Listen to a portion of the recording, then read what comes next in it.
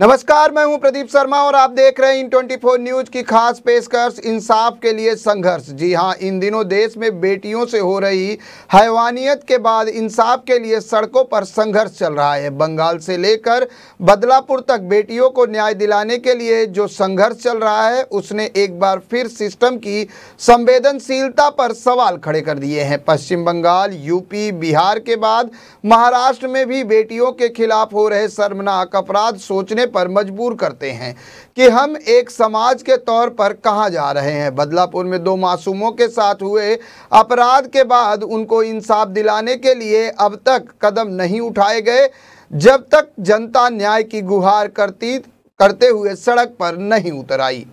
जिस तरीके से कोलकाता में लेडी डॉक्टर के साथ हुए संघर्ष दुष्कर्म के लापरवाही सामने आई है, उसी तरीके से बदलापुर में भी बच्चियों के साथ में यौन शोषण पर लापरवाही बरती गई। इस मामले में न सिर्फ कार्रवाई करने में देरी की गई बल्कि अभिभावकों की आवाज को भी अनसुना किया गया, जिसका नतीजा ये रहा कि आक्रोशित लोग रेलवे ट्रैक पर उतर आए, प्लेटफॉर्म पर ट्रेनों को रोक दिया और जबरदस्त विरोध प्रदर्शन हुआ। हंगामा हुआ तो प्रशासन की नीति टूटी और मामले में कार्रवाई करने के लिए आदेश भी दिए गए। राज्य के मुखिया से लेकर जिला कलेक्टर तक सभी हरकत में आए और इस पूरे मामले में सख्त कार्रवाई करने की बात कही। लेकिन सवाल यही उठता है कि जब तक संघर्ष ना हो तब तक न्याय के लिए कोई एक्शन क्यों नहीं लिया जाता। इससे सिस्टम की असंवेदनशीलता ना कहें तो और क्या कहें। बहरहाल हमारी इस खास पेशकश में चर्चा के लिए कुछ खास मेहमान जुड़े हैं जिनसे हम आपका परिचय कराते हैं और फिर चर्चा को आगे बढ़ाते हैं। हमारे साथ जुड़ी हुई हैं भावना तिवारी जी, जो समाज सेविका हैं, काफ़ी इस तरह के मामलों में एक्टिव रहती हैं महिलाओं से संघर्ष करने के लिए। हमारे साथ 2 और ख़ास मेहमान जुड़े हैं, एक तो साधना दुबे जी हैं, दूसरी जो है ये दूसरे भी मेहमान जुड़े हैं अभिलाषा वर्तक जी। आप तीनों का जो है स्वागत है इस खास कार्यक्रम में। सबसे पहले जिस तरह से भावना जी आज लगातार बच्चियों को जो है हैवानियत का शिकार बनाया जा रहा है, कलकत्ता से उठी आग अब महाराष्ट्र में धधक उठी है, लगातार विरोध प्रदर्शन और तोड़फोड़ किए जा रहे हैं। हालांकि एसआईटी का गठन भी कर लिया गया है, मामले की जांच के लिए आदेश भी कर दिए गए हैं, आरोपी को गिरफ्तार कर लिया गया है। लेकिन सवाल ये उठता है कि आखिर मासूमों को संघर्ष कब मिलेगा।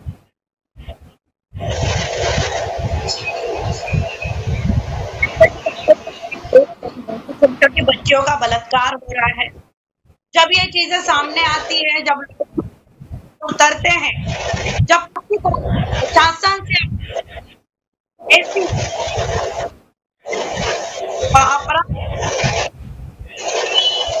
महिला।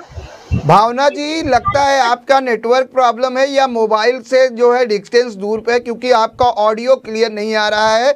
आप उसको सही करने की कोशिश करें, तब तक हम जुड़ते हैं साधना दुबे जी तिवारी जी से, माफ़ करिएगा। साधना तिवारी जी, जिस तरीके से आज बच्चे के साथ बच्चियों के साथ दुष्कर्म किए जा रहे हैं, उनकी हत्या की जा रही है, महिलाओं के साथ लगातार दुष्कर्म के मामले सामने आ रहे हैं, ऐसे में क्या लगता है कि आज महिलाएं कितनी और बच्चियां कितनी सेफ हैं? मैं इसकी बहुत कड़ी निंदा करती हूँ। लड़कियां बिल्कुल भी सेफ नहीं है और आजकल ये जो बॉलीवुड वाले जो पिक्चर निकाल रहे हैं, वेब सीरीज निकाल रहे हैं, इस पर रोक लगाना चाहिए, क्योंकि बच्चे ये सब देखते हैं, इसी से बच्चों को मानसिकता बिगड़ रही है और हमारी लड़कियां सेफ नहीं। मैं गवर्नमेंट से यही बोलना चाहती हूँ, सरकार से इस पर सख्त से सख्त कानून बनाए कि जिससे अंदर डर पैदा हो, आदमी ऐसा कुछ करे ना। बिल्कुल, हमारे साथ अभिलाषा जी जुड़ी हुई हैं। अभिलाषा जी, जिस तरह से कोलकाता में लेडी ट्रेनी डॉक्टर के साथ जो है दुष्कर्म और हैवानियत की गई, उसके बाद बदलापुर के स्कूल में 3 साल की मासूम बच्चियों को जो है हैवानियत का शिकार बनाया गया, पहली प्रतिक्रिया क्या होगी? मुझे ऐसा लग रहा है कि जो उनके बीच में कि अगर कोई भी अपराध हम करते हैं और अपराध करने के बाद उसकी सजा इतनी बड़ी है, उस चीज का डर ही नहीं है। अगर डर होता तो शायद से इतने बड़े बड़े रेप अगस्त महीने में नहीं तो भी अगर हम लोग देखेंगे तो महाराष्ट्र में भी 2 या 3 जगह पे रेप हुए हैं। अगर हम लोग बदलापुर की बात करते हैं या फिर नाला करते हैं या फिर कोलकाता की बात करते हैं, डर ही नहीं है। अब ये डर क्यों नहीं है?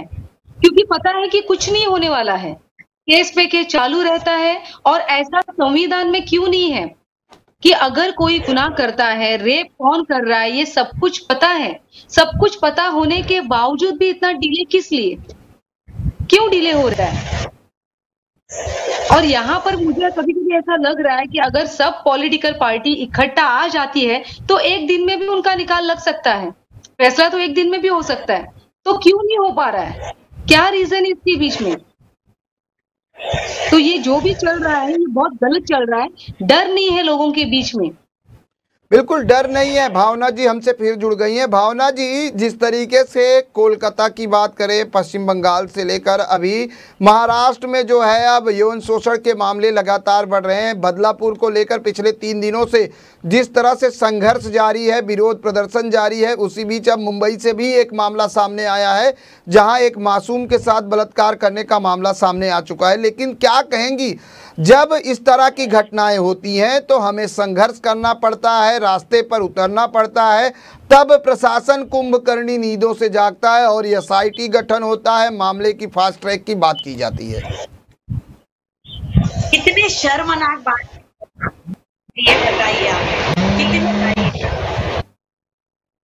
गंदे अपराध के लिए भी अभी तक कोई सजा मुकल्लल नहीं कर दी गई। परिवार को, जनता को रोड पर आना पड़ता है और इस तरह के अपराध करने वाले व्यक्ति की एक मेंटेलिटी बनी है, अरे यार कुछ नहीं होने वाला।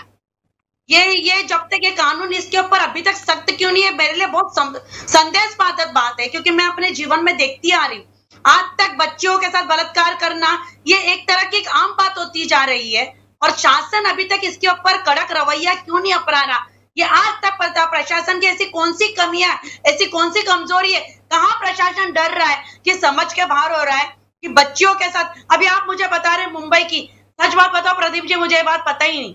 अभी तक यही पता था कि जो बदलापुर में चल रहा है, कोलकाता में, ये मतलब ये तरह के कोई गिरोह चल रहा है कि जानबूझ के किया जा रहा है बच्चियों के साथ इस तरह की हरकतें, कि प्रशासन की जानकारी में चीजें चल रही है, कुछ समझ में नहीं आ रहा। इतनी जनता रोड पे उतरने के बाद जिस तरह से मैडम ने बताया कि एक दिन में ये चीजें क्लियर हो सकती है, पर नहीं हो रही।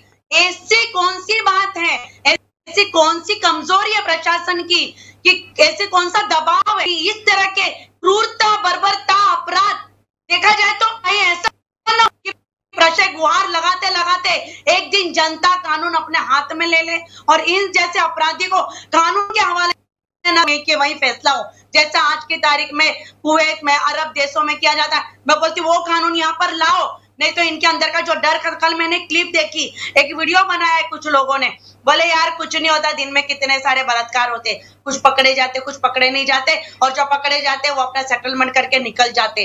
अरे यार बच्चियों के साथ बलात्कार के ऊपर सेटलमेंट, तो कहीं ना कहीं जनता को समय आ गया है, चाहे प्रशासन कोई भी कानून। तो आज देख रहे हैं आप, जिन्होंने ट्रेन रोकी, जो रास्ते पे उतरे, जिन्होंने प्रशासन को जगाने की कोशिश की, उनके ऊपर एफआईआर हो गए।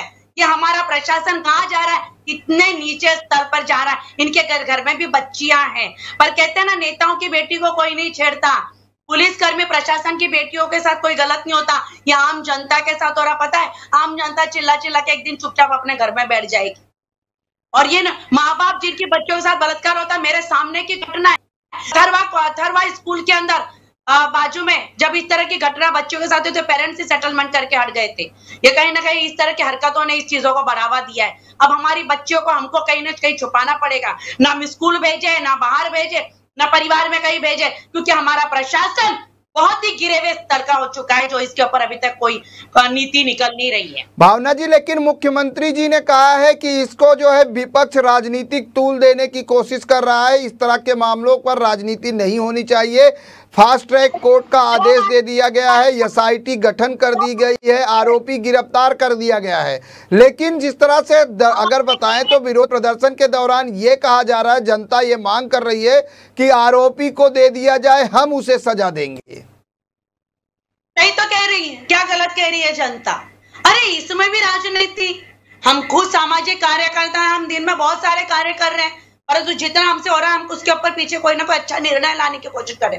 अगर इस बच्चियों के बलात्कार के अंदर भी राजनीति चलेगी तो ये राजनीति का स्तर बहुत ही, पहले कहते थे कि हम महिला सुरक्षा की बात कर रहे थे, अब बच्चों की सुरक्षा की बात है।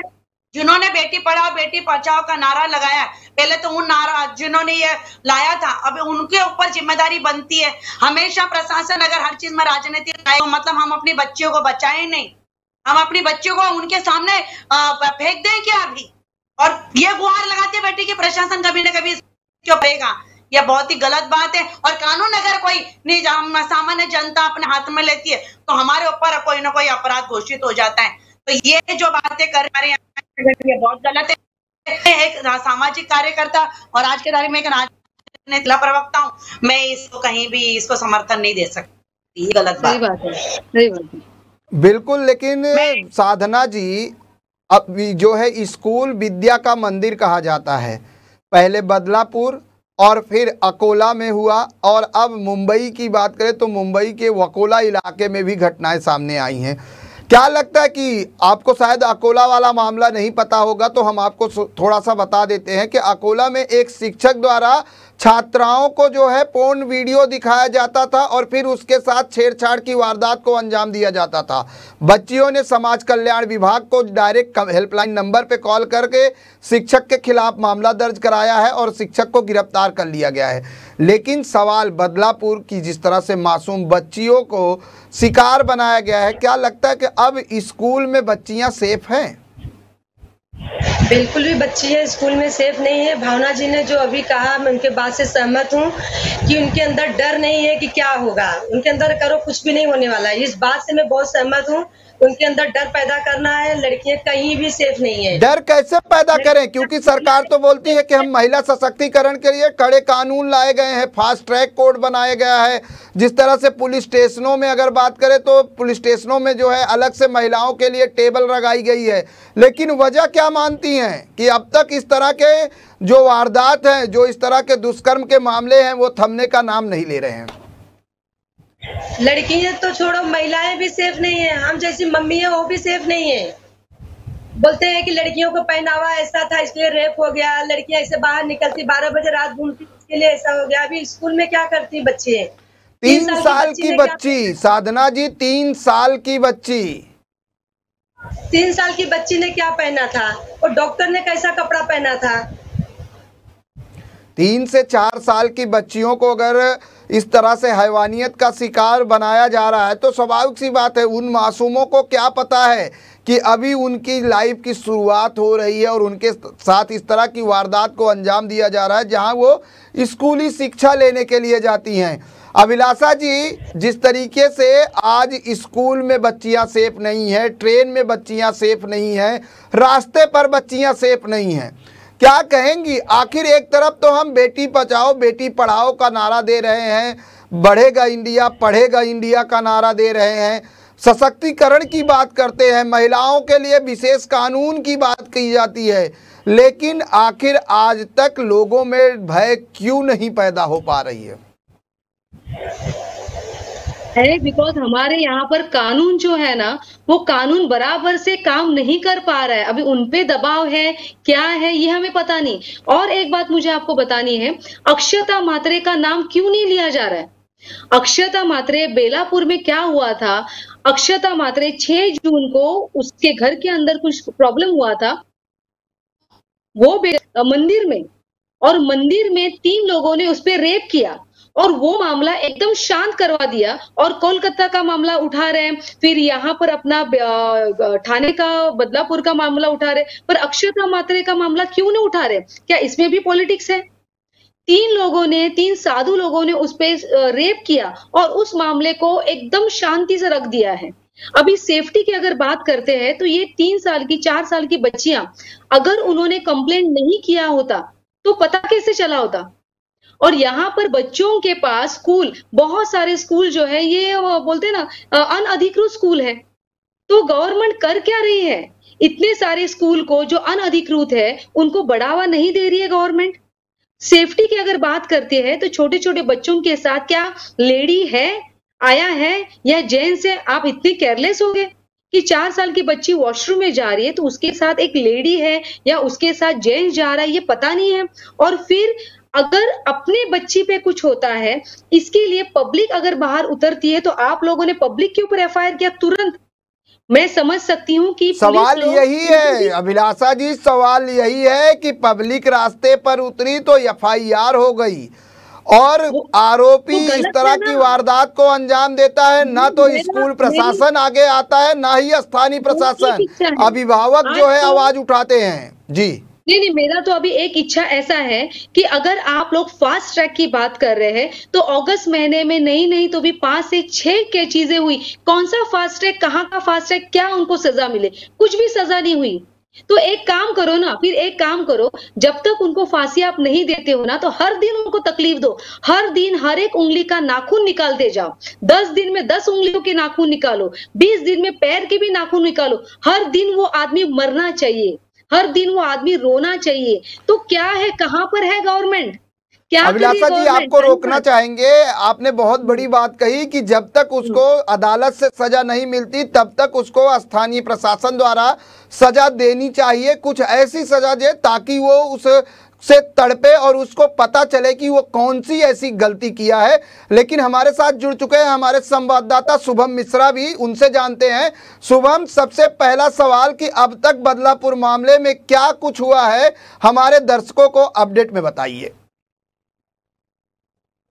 3 दिन पहले इस मामले में जिस तरीके से हमने बवाल देखा बदलापुर रेलवे स्टेशन से लेकर शहर की गलियों में, उसके बाद अब प्रशासन से लेकर प्रशासन सब एक्शन मोड पर है। फिलहाल क्राइम ब्रांच इस पूरे मामले की जांच कर रही है। इसके अलावा एसआईटी का भी गठन किया गया है और एसआईटी और क्राइम ब्रांच की तरफ से इस मामले की जांच शुरू कर दी गई है। आज सुबह ही क्राइम ब्रांच की टीम मौके पर पहुंची थी, जो आदर्श विद्यालय है, वहां पर तमाम जांच पड़ताल और शिक्षकों से जानकारी इकट्ठा हासिल की है। वहीं आपको बता दें कि जो इस मामले में जिन प्रदर्शनकारियों को गिरफ्तार किया गया था, उनमें से 22 लोगों को पुलिस हिरासत में भेजा गया है, उन्हें अदालत में पेश किया गया था।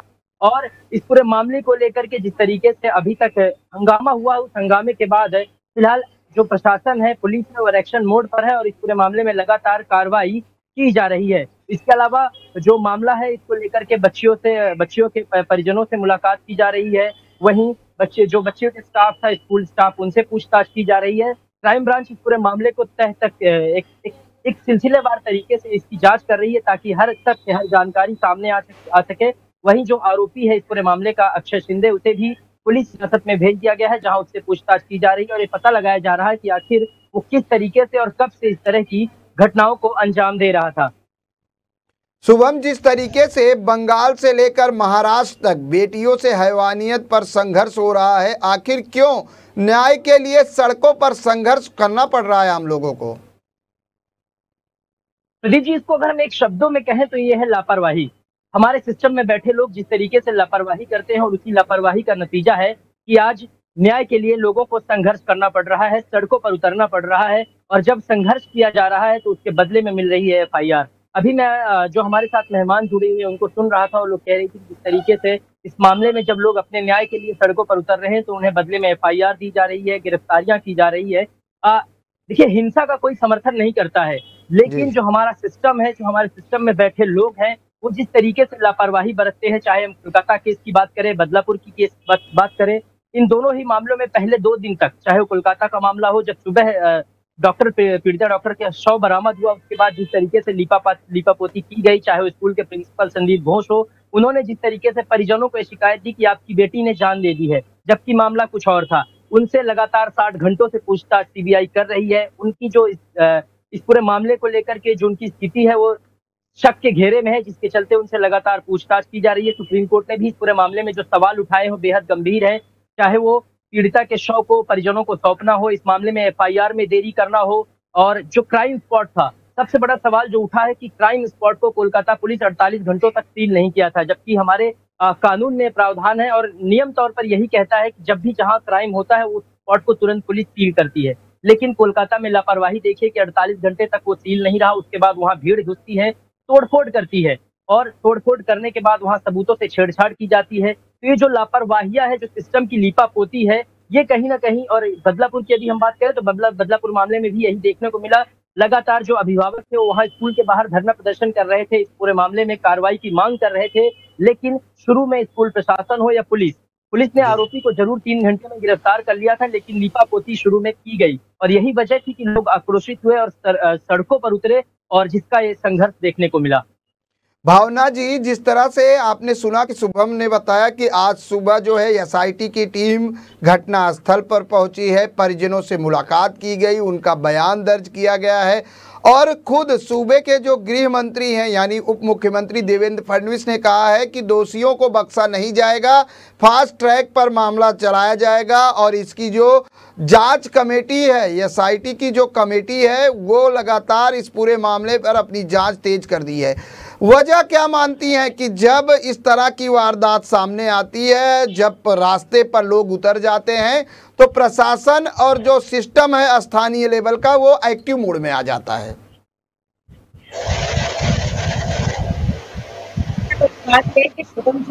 कहा कि सबूत होते हैं उसके साथ भी छेड़छाड़ की जाती है जी।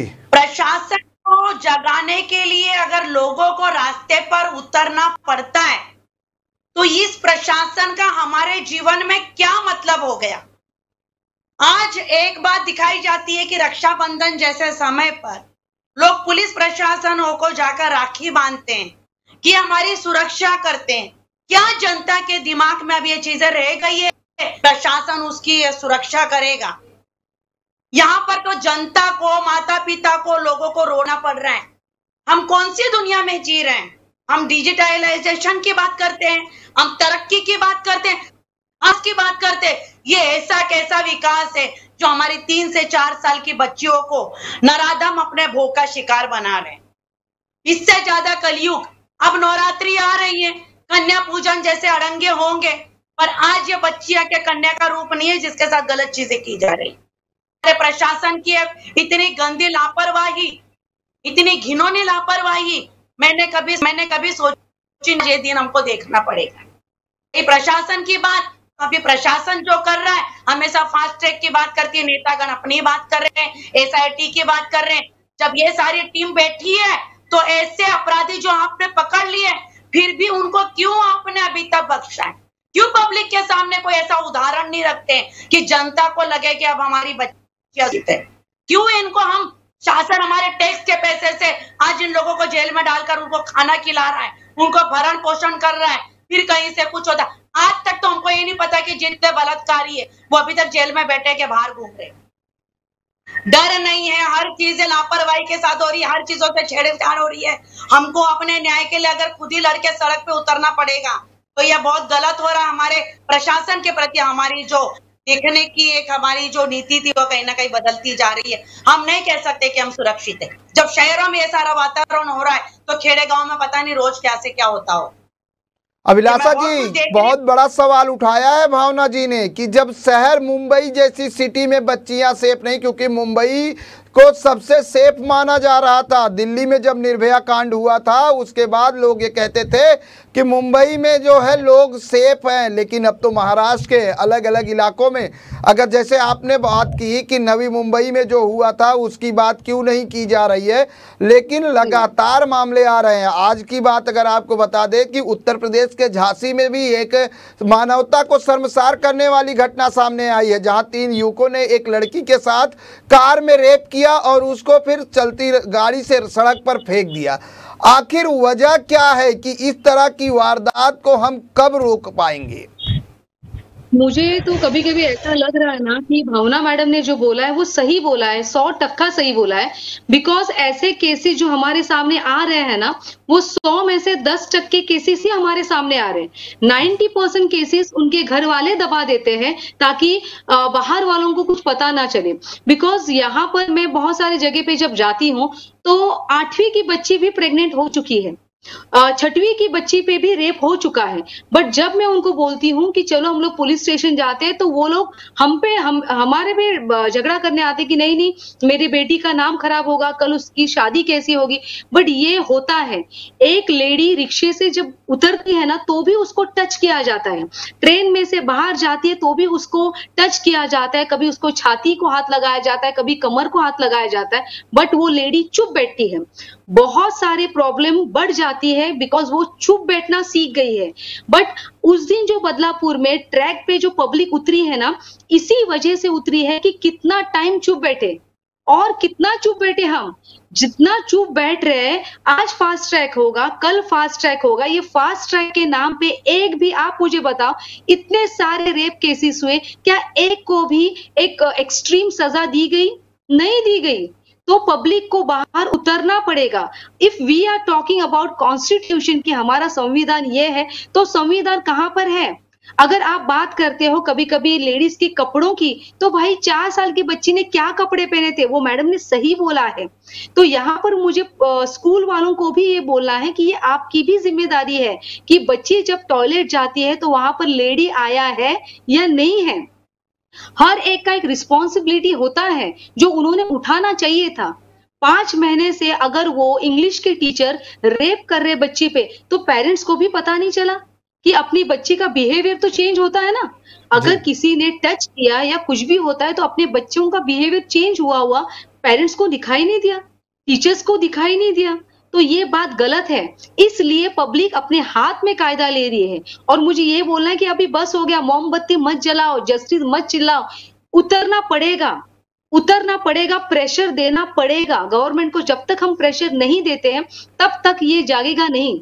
और यहाँ पर क्या हो रहा है ना कि लोगों की जो संवेदना है, लोगों की जो भावना है ना, उसका खिलवाड़ कर रहे हैं पॉलिटिशियंस। उनका खिलवाड़ हो रहा है, क्योंकि क्या हो रहा है कि जिसकी बच्ची है, उसके माता पिता, उनकी फैमिली बहुत ट्रॉमा में है, तो फायदा उठा रहे पॉलिटिशियन। अरे ये गलत है, वो गलत, सबको छोड़ दो भाई, सब छोड़ दो। आप सब लोग एक मुद्दे पे आ जाओ और उसको पनिशमेंट दो।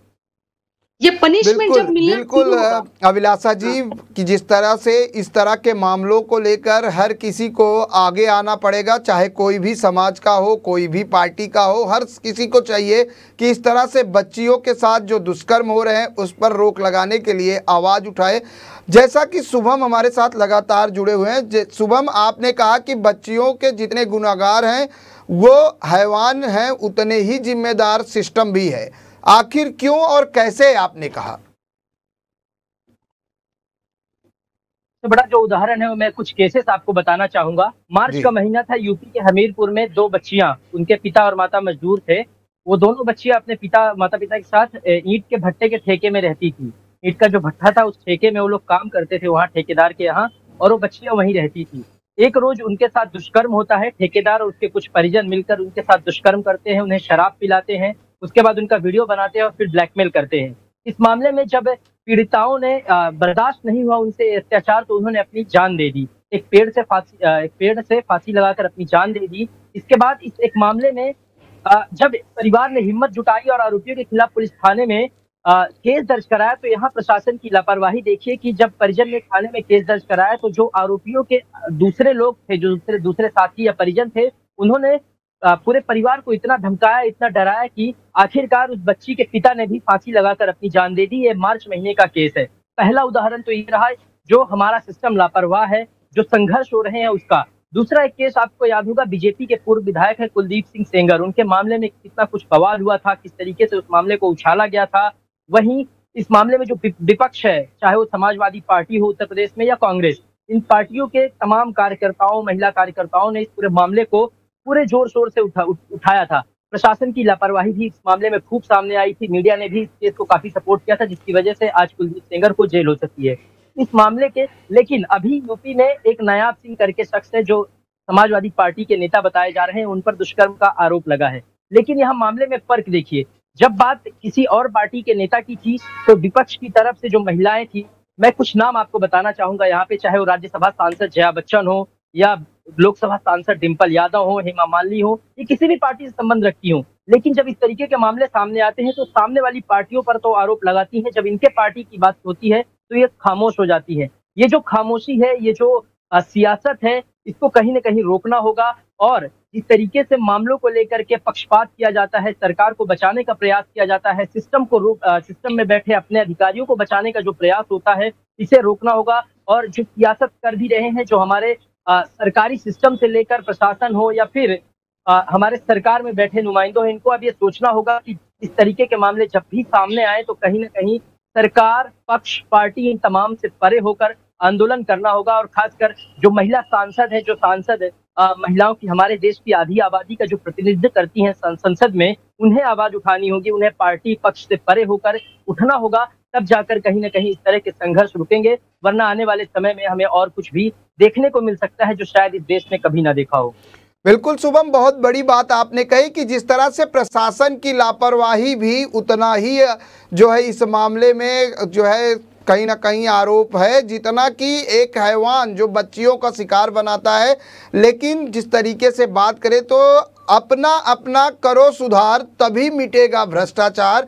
क्योंकि अगर हम भ्रष्टाचार को और इस तरह की वारदातों को लगाम लगाना चाहते हैं तो सबसे बड़ी बात है कि हर किसी को आगे आना होगा। और जिस तरह से हमारे मेहमानों ने कहा कि लगातार प्रशासन को सख्त कानून बनाना होगा, उनको सख्त सजा दी जाए, आरोपी गिरफ्तार हो तो तत्काल उसको सजा दी जाए, ताकि लोगों को कानून व्यवस्था को अपने हाथ में लेने की जरूरत न पड़े।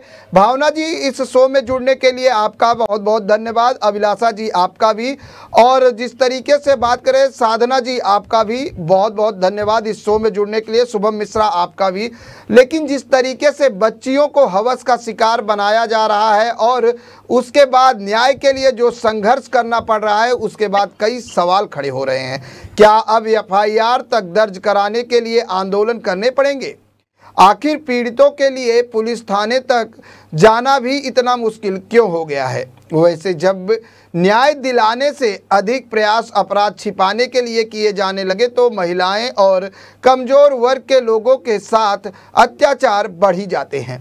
लेकिन अब सभी सरकारों, नागरिकों और राजनीतिक दलों को गंभीर मंथन करना होगा कि समाज में महिलाओं को सुरक्षित माहौल देने के लिए, पीड़ितों को न्याय दिलाने और अक्षय और संजय जैसे गुनहगारों को उनके अंजाम तक पहुंचाने के लिए क्या कदम उठाए जाएं। क्योंकि न्याय हर नागरिक का अधिकार है, उसे पुलिस और प्रशासन की मर्जी का मोहताज नहीं बनाया जा सकता।